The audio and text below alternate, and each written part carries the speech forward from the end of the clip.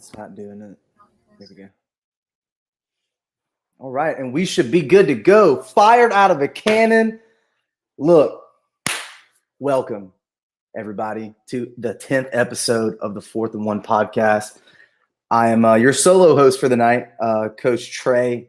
Russo is feeling just a bit under the weather tonight, but he's good, and I promise it is not from binge drinking. So. First thing I'll get out of the gate, man. Look, a pretty successful week last week. I just want to give a really, really big shout out, not only to the brand, but also the people that stuck with us, man. That was a pretty rough week here a couple weeks ago, but we made a pretty strong comeback. So a little bit different than how we typically do this, but the first thing I want to get into is just a really, really fast recap on what I see and how I see it. So last week we gave you Wazoo plus the 7, Kansas covering, Tennessee in the Kansas money line, TAMU and Arkansas under 49. And then we had player props with Malik Neighbors over 49.5 and Jalen Daniels for Kansas, who is a bucket, by the way, with over 0.5 tutties. So really and truthfully, guys, the way that we set these picks up is really not like you would think. It's not fly by night. It's not, this kind of looks inflated. And we also don't play public money because there's a really fun stat that I like to play is if a public is betting over 80% on something, you typically want to fade that. There's not, and it's not 100% accurate because you will get some games where obviously it's finicky, like maybe it's a Bama or a Georgia where they can cover what the public is doing. But I don't know, man, you have to, I don't know. Some of these lines this week are kind of stinky. So, we're going to get right into it, and I want to start off by again lamenting how much I am so sick and tired of Kentucky not getting respect. So Kentucky, shockingly enough, is a touchdown underdog at home this week. And so when we get into these kind of things, now I'm gonna candidly say that I have not decided if this is going to make its way into my plays or not. But I'm looking at it hard. Vegas is doing something with this game. I don't know what it is, but when Vegas puts out a line like this, where obviously the higher ranked team is not favored, and I take that back. They are not at home. They're on the road. They're at Oxford. That is my mistake. Vegas is playing something. I don't know if it's Kentucky's run defense. I don't know if their coach doesn't coach well at that time slot. Is there like an over or under amount of trick plays that Kiffin's supposed to have been has run by now? Like I don't know what the angle is, and I've been desperately trying to find out what it is. But the one thing that I will say is that the Kentucky fan base, and we've kind of made our way into that just a bit. The Kentucky fan base is kind of pissed off about it, and whether or not the players are going to play that same way, only who can say. But we're following it. We're tracking it. The last thing that I want to say is there's not ever going to be a perfect time to bet a team. You kind of just have to take that leap of faith. So with that being said, we're going to go ahead and get into a couple of these plays here, man. I'm going to read y'all Russo's plays primarily because I know that this is obviously something he feels pretty strongly about. And so obviously everybody knows what's going on at Arizona State. There's no shock. It's no, we're not, reinventing the wheel here. Arizona State's bad. Okay. And so when a team like USC comes off of a game against a really, really solid team like Oregon State, who Vegas cannot figure out, which we will get to in a second, Vegas is going to overreact, and so is the public. Okay. So right now, I'm going to try to pull this up really fast because I'm trying to get like an accurate representation of what this looks like. But Vegas overcorrected on this, I think, and I think this is kind of where Anthony's trying to play it at. So Arizona State's bad, point blank. It's not really. Again, we're not really telling you anything that you don't already know. Obviously, we're going to have to try to dig into that a little bit as far as the offensive and defensive numbers on my end before I want to maybe add that into my own thing. But 25.5. I think I don't want to speak for him, but I think Anthony might have got this. Coach Rusi got it over here at maybe 24 at the time. But 25.5 right now, he's laying that all day and every day. And I'm going to quote him here. Arizona State is bad. USC coming off an embarrassing performance, and he's not wrong.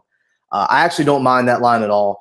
Much like I don't mind this next one, which is UConn covering. And whether he wants to play that outright or not, he'll have to text me and let me know. Anthony, if you're listening, go ahead and let me know. But Fresno did lose their starting quarterback. UConn is serviceable under Coach Jim Mora. And so I think with the cover, he did say cover. So with the cover, I think that, I don't know.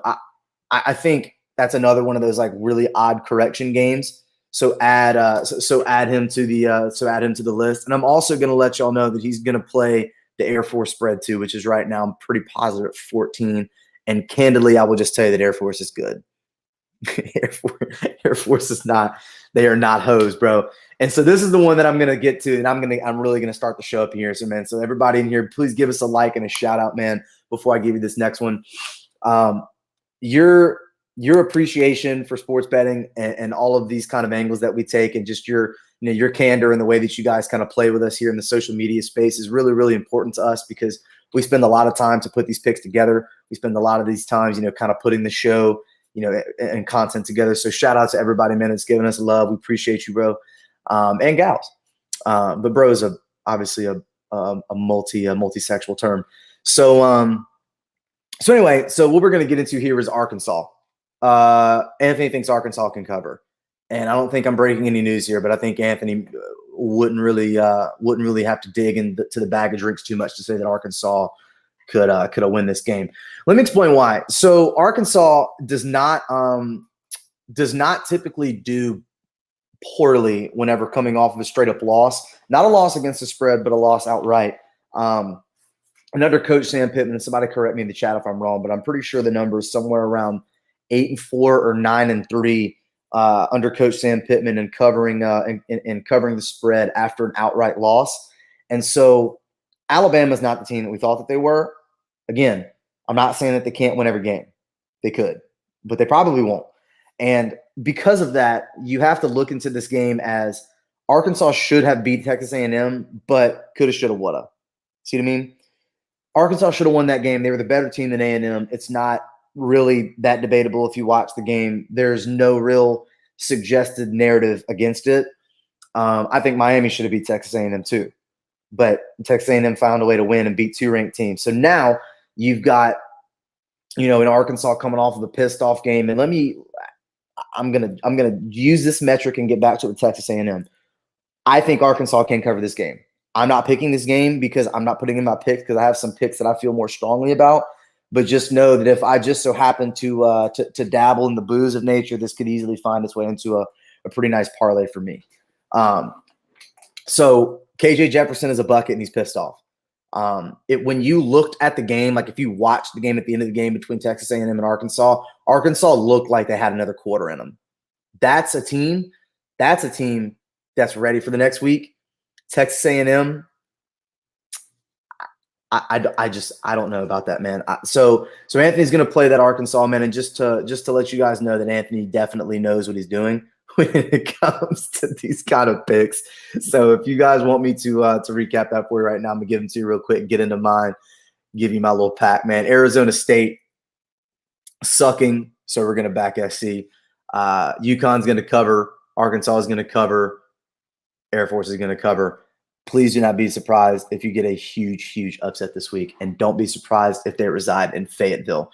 I'm going to get into a couple of my plays, man. Everybody, if you haven't already done it, please go and give us a little bit of love on the Patreon.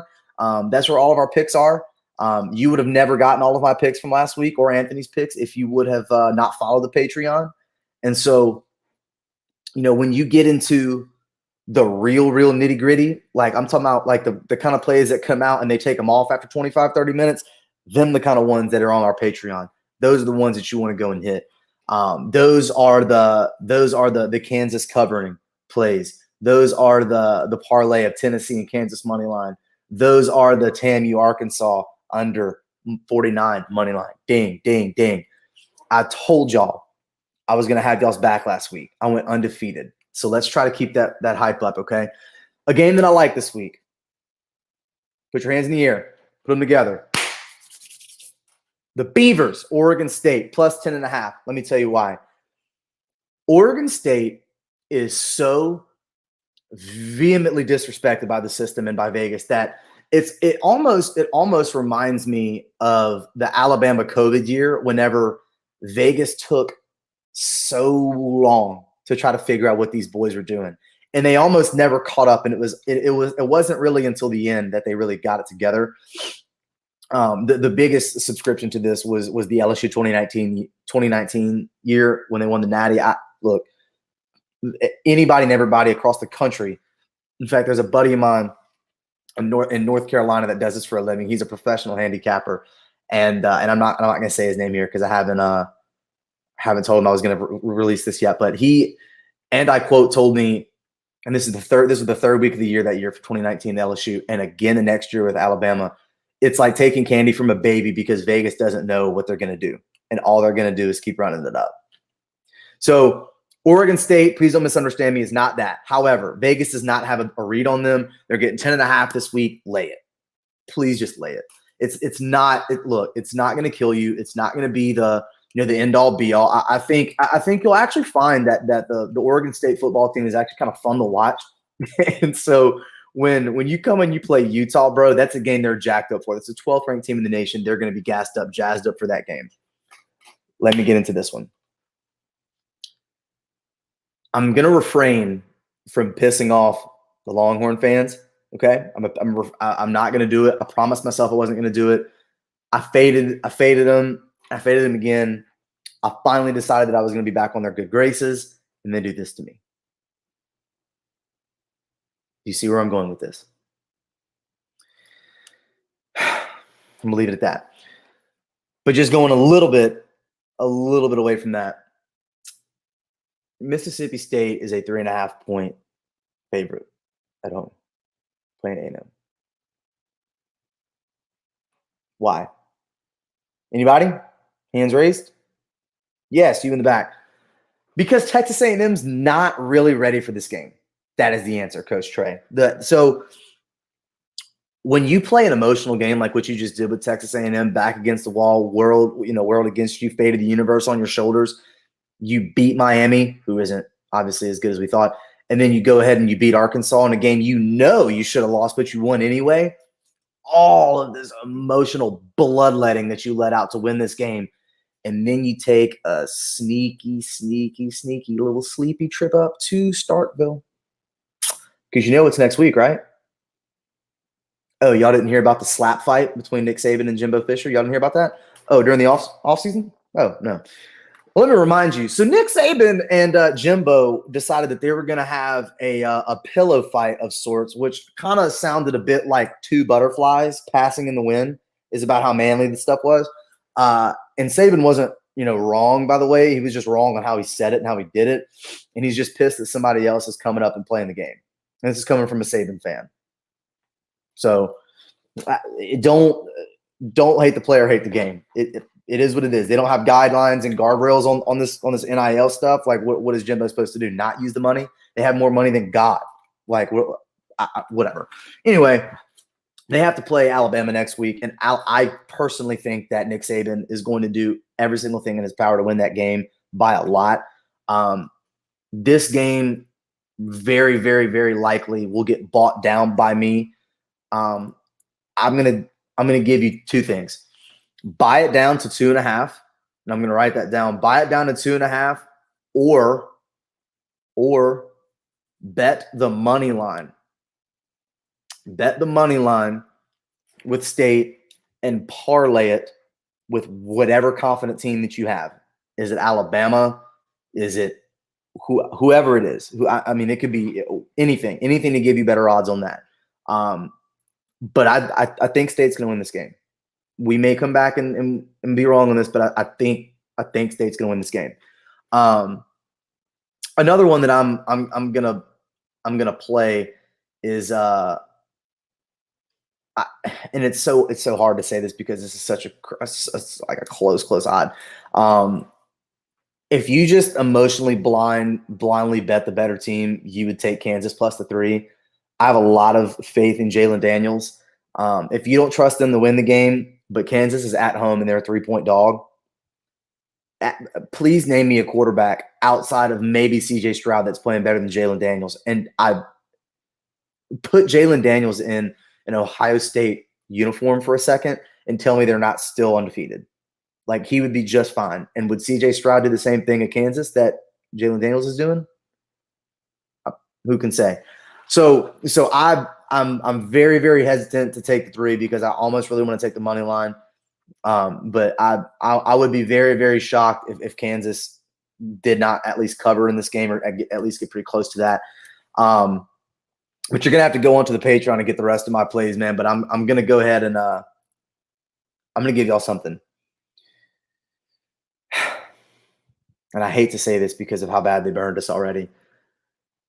LSU's going to Auburn this weekend. I don't even know how much college football I'm going to even be able to watch from the comfortability of a TV. I'm going to probably be on my phone half the time because we have a wedding to go to. I have a wedding to attend in Missouri. So all of my Missouri folks, pull up into the comments and let me know. After the game, hit me up on social. Let me know if y'all are going to be in town. I'll stop and maybe drink a beer with you or something. But take a shot. I'm gonna take a shot. I like Vegas bumps. You know what I mean? I got a wedding to go to, but it's not on Saturday because these people actually do have souls and care about people. The wedding is on Sunday. However, we do have dinner that night, so I will probably be watching from my phone. Check out my tweets, by the way, because I've been putting out some heaters, and some of the fans don't like that shit. But LSU goes to Auburn, guys, and the last I checked, it was 8.5. I'm not betting that. I'm not. Like, if you want to buy it down to 6.5, like, okay. But I'm just gonna read you. I'm gonna read you one stat. So when I was a kid, one of my, like, when I say my best family friends, I used to call him Uncle D. But so Uncle D used to do the whole betting thing, but I don't really know how much you can really bet back in this time. I mean, we're talking about late 2000s maybe. But there was a stat that I'll never forget this, but he used to tell me this, and it came from the late Buddy Diliberto rather, from down in New Orleans. A team that loses their starting center fails to cover over 80% of the time, and it's somewhere around 82 to 85%. Anybody want to guess who Auburn lost this week, or last week rather? Not only their starting center, but their second string center. So Auburn's down to their third string center, and they're 0-4 against the spread. However, Jordan Hare is a melting pot of sorcery. Like that. They should have lost to Missouri last week 3 different times and still didn't. And you could make a case that Auburn is probably one of the 3 easily in the bottom 2 worst teams in the SEC. And I don't think that you could debate that. I still won't bet it. Like, I still won't bet it because and this is just me because I've watched this game so many times. It's almost like watching like Alabama, Tennessee. It's almost like watching Georgia, Florida. It's almost like watching, the old, Oklahoma State kind of games, bro. It's like, I just don't know how to feel about it because I just don't want to lay that many points. But one thing I would look at the LSU money line. If it comes down a little bit, late money tends to side with the home team. And in this kind of game, especially considering that it's going to be a night kick. So people are going to have all of this, patience from all of this insight from the other games in the week. And they're going to have all this time to make adjustments to what they think. But again, man, Auburn's 0-4 against the spread. And obviously I told you the late Buddy D stat. So the one thing I'll tell you about this game is that LSU does have a bit of a flip-flop around the offensive line right now. And one of my guys was telling me something about their offense. I think their guard, maybe their left guard, is hurt this week. And he's got to have either a club on his hand and play or not play at all. And so I think getting into the season for them, getting to the SEC stranglehold that they have coming up, they're just going to sit the young man. So both teams are going to deal with each other's defensive lines. However, I don't see who Auburn has on the outside that can guard these LSU receivers. So if a player prop comes up and it's Kayshon Boutte anytime touchdown, I'll be taking that. If you just want to peek into my plays on that a little bit. And also, too, I think you might could get Jalen Daniels for Kansas, by the way, and I think maybe minus 130 anytime touchdowns, which isn't a bad beat. But the rushing yards for Jaden Daniels at LSU is a play that we've been loving. And frankly, I tried to play him late, not an official pick. We tried to play him late on the rushing yards. Ended up going out with a lower back injury, so we missed on that, but would have easily banged it home had he been healthy. But LSU is a team that they're trying to figure it out. I think if they played Florida State second this year, they would have won the game. If they played Southern first, but bro, Florida State's good. I don't care. I know we've got a little bit of ACC love, man. I've had a couple of you guys reach out to me, but look, I don't know who you think Clemson is, but they're not a two-tutty favorite over people team. Like, they're not. I'm sorry. Their defense is hot. Their defense is stout, and I said that to start the season, but DJU is not it, bro. And Cade Klubnik shows promise, but Florida State could absolutely beat that team. And as far as them in Miami, if I'm picking them today, I think Florida State's probably a 4.5-point favorite right now at a neutral site and probably somewhere close to a touchdown at home. Like, I know that sounds crazy, but Vegas is doing some weird shit right now. So just to kind of recap a little bit of that, I really, really, really, really would not be shocked if Kentucky covered, and I really wouldn't be shocked if Kentucky won. But Ole Miss is doing it different, bro. They're playing solid defense and they're running the ball. They got the third best ranked defense right now in the SEC as far as yards allowed and things of that nature. And probably some of that is akin to who they've played. But I can make the same argument for LSU, and everybody's trying to vaunt LSU's defense as being better. And I don't necessarily know how much you can get away from that from playing Southern New Mexico State. And, you played Mississippi State, so hats off to you for that. But, what do you really know until you get into the grind of the SEC? I'll be playing probably the state money line and hanging on Oregon State at 10.5. There are a couple of other plays that are going to be on that Patreon card, like I told you about. So go ahead and look for that. But the main thing that I want everybody to take away from this is think about 2 weeks ago, or rather last week. We come back and had a horrible week. I was truthfully playing with I guess the gut feeling too much, but I went back to my bag. I went back to what I know and had a really, really successful week. And I'm really, really trying to do that again this week. And part of the state play, if you just want my viewpoint, is I said earlier in the year that I went away from the BYU thing when I said BYU would go to Oregon and win. Obviously didn't think that it was that emotional of a win for them to beat Baylor like they did. Completely misjudged that. This is the classic look-ahead spot, the classic letdown spot for a sleepy, sleepy trip to Starkville, bro. I'm telling y'all, Vegas might be up to something with this one. I'm not saying that it needs to be 3.5. I would take it more as a pick 'em but they know what they're doing. Like, the sharp money is going to come in and it's just going to push that line further. And so the last thing that I just want to get out before I try to wrap this up here in a second is I don't necessarily think that you should ever feel inclined to want to bet something just because you lose it 1 week. Like, if you really, really like a player, you really, really like an angle, and he doesn't hit it, please play it again. Like, give yourself a chance, unless you get like super, super duper burned. But don't go and bet your life savings on Jahmyr Gibbs to score an anytime tutty at minus 400. Please don't do that.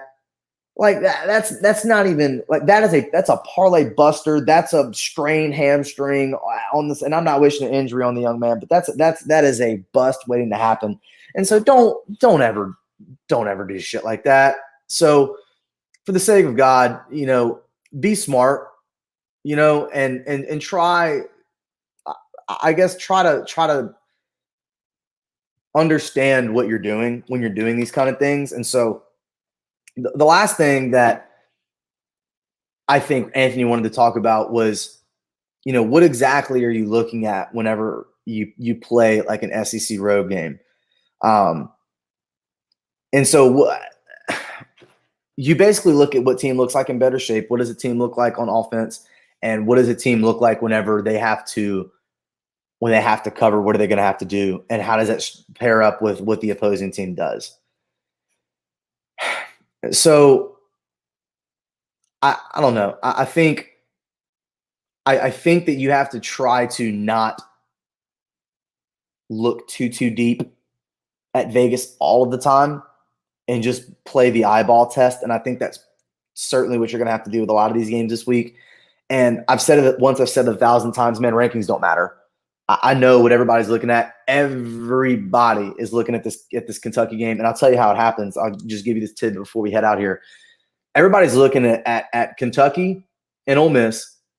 Oh, this team is higher ranked and they're getting points. So I'm absolutely going to bet that. And it's just going to push the line up higher and incentivize you to want to hit the line harder. So if anything, like, know that little bit, know that money is Vegas is trying to make you put more money on it, trying to make you but they know something. They're telling you that we think they're a touchdown better. Why? I don't know. But shout out to again, to my boy Kev.